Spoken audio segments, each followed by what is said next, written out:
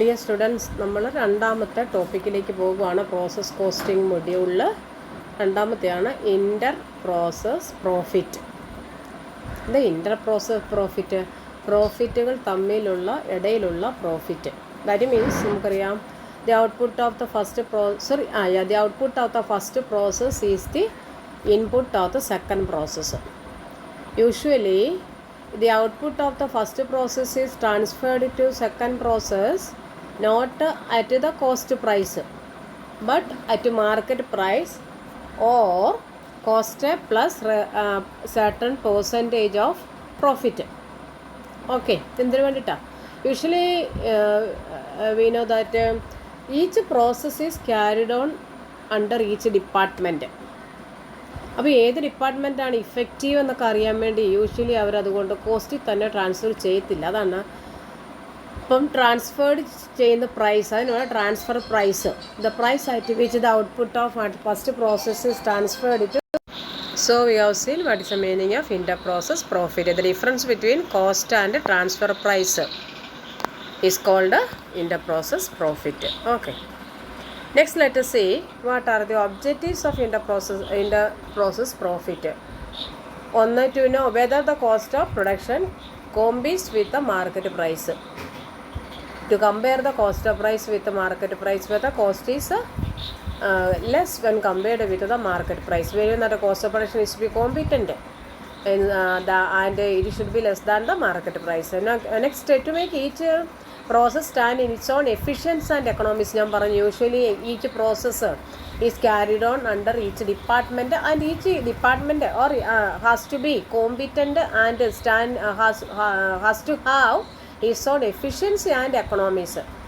So for the purpose of measuring the efficiency and economics of each process, we know that inter process profit is there. On the basis of that only what is transferred, the output of first process is transferred to subsequent process and so on. Okay, when I already warned to evaluate the efficiency of each process. Next one, to know the departmental profit. What is the departmental profit, which department is more efficient and all. Then to help in make or buy decision. Usually we know that in between not completing the raw material fully into finished products, before that they can decide whether to buy or not. What is the process cost and what is the profit of each process, and on the basis of that they compare with the market price, and then on the basis of that they can decide whether to make or buy decision. Okay, then disadvantages main ആയിട്ട് ഒന്ന് നമുക്കറിയാം. It makes a complication, work will become more complication ആണ്. Account ഉണ്ടാക്കുമ്പോൾ നമുക്ക് complicated work വേണം.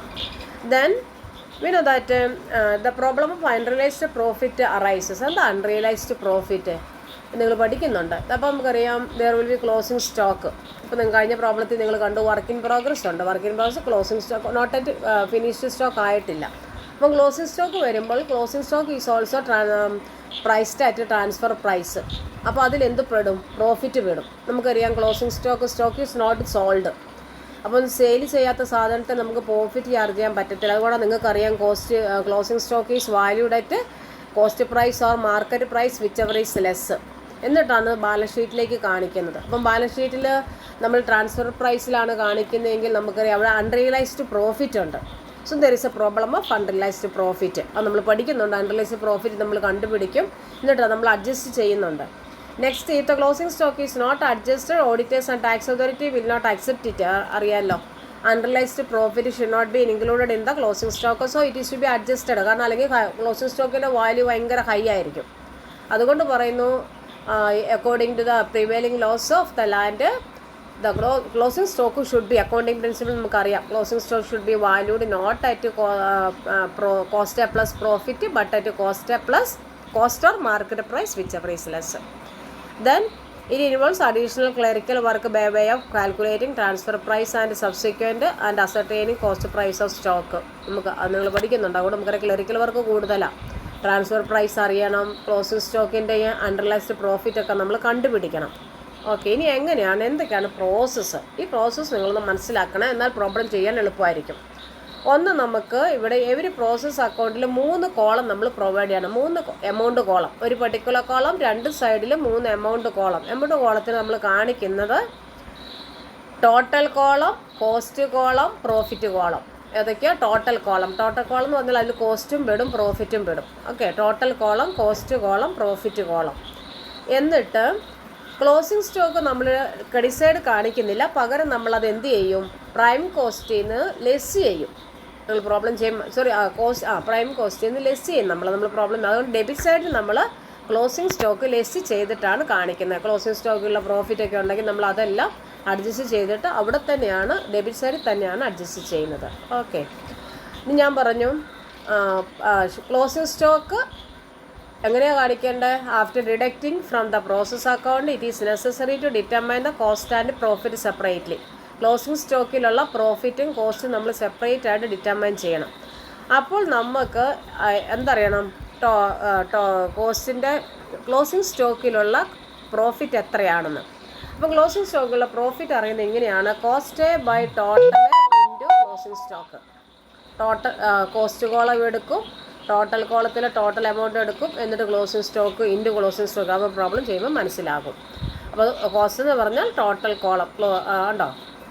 Cost കോളത്തിൻ്റെ total, cost കോളത്തിൻ്റെ ടോട്ടലും, ടോട്ടൽ കോളം എന്ന് പറഞ്ഞാൽ ടോട്ടൽ കോളത്തിൻ്റെ ടോട്ടലും. ഓക്കെ, ക്ലോസിംഗ് സ്റ്റോക്കിന് മുന്നേ ഉള്ള വാല്യൂ. എന്നിട്ട് അത് വെച്ചിട്ടാണ് നമ്മൾ പ്രോഫിറ്റ് അസർട്ടൈൻ ചെയ്യുന്നത്.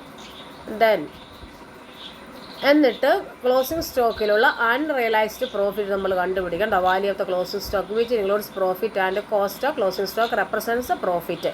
അപ്പം ക്ലോസിംഗ് സ്റ്റോക്കിൻ്റെ വാല്യൂ കോസ്റ്റും കണ്ടുപിടിച്ച് കഴിഞ്ഞാൽ അത് തമ്മിലുള്ള ഡിഫറൻസ് ആയിരിക്കും പ്രോഫിറ്റ്. ഇത് നിങ്ങൾ പ്രോഫിറ്റ് കണ്ടുപിടിക്കും, എന്നിട്ട് നമ്മളത് ക്ലോസിംഗ് സ്റ്റോക്കിൻ്റെ വാല്യൂന്ന് കുറയ്ക്കും. അപ്പോൾ നമുക്ക് പ്രോഫിറ്റ് കിട്ടും.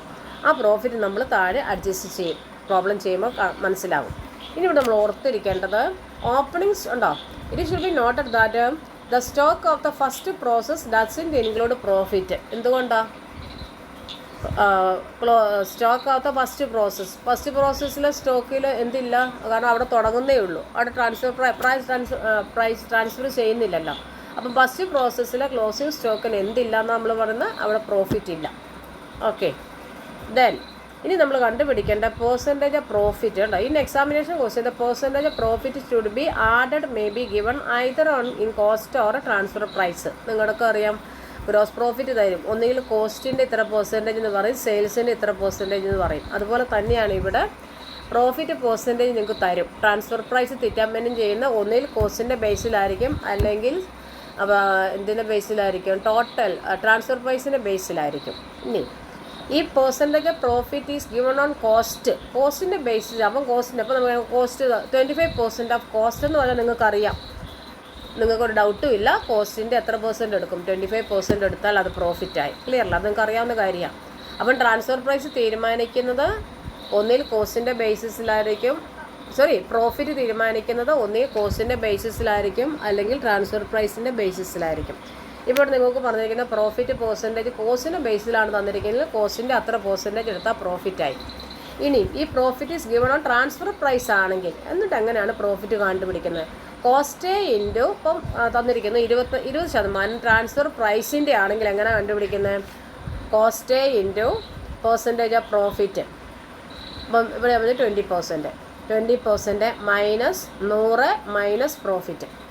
അപ്പം cost into percentage of profit 20% divided by, അപ്പം 20% ഡിവൈഡഡ് ബൈ 100 20 പോയാൽ എത്ര? 80.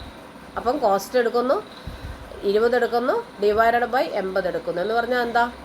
ട്രാൻസ്ഫർ പ്രൈസ് അത് നിങ്ങൾക്കറിയാം. ഗ്രോസ് പ്രോഫിറ്റ് സെയിൽസിൻ്റെ 100 ആണെങ്കിൽ സെയിൽസിൻ്റെ 25% ആണെങ്കിൽ കോസ്റ്റിൻ്റെ എത്രയാണ്? ഒന്ന് കുറവായിരിക്കും, 1/4. നമ്മുടെ 25% എന്ന് പറയുമ്പോൾ എത്രയാണ്? 1/4. അപ്പം കോസ്റ്റിൻ്റെ സെയിൽസിൻ്റെ 25% ആണെങ്കിൽ കോസ്റ്റിൻ്റെ എത്രയായിരിക്കും? 1/3 ആയിരിക്കും. എന്ന് പറഞ്ഞാൽ തന്നെയാണ് ഇവിടെ. അപ്പം പ്രോഫിറ്റ് ട്രാൻസ്ഫർ പ്രൈസിൻ്റെ ഇത്ര പെർസെൻറ്റേജ് ആണിട്ടാണ് തന്നിരിക്കുന്നതെങ്കിൽ നിങ്ങൾക്ക് പ്രോഫിറ്റ് കണ്ടുപിടിക്കുന്ന cost into percentage of profit divided by 100 minus percentage of profit. ഒന്ന് നോക്കുക.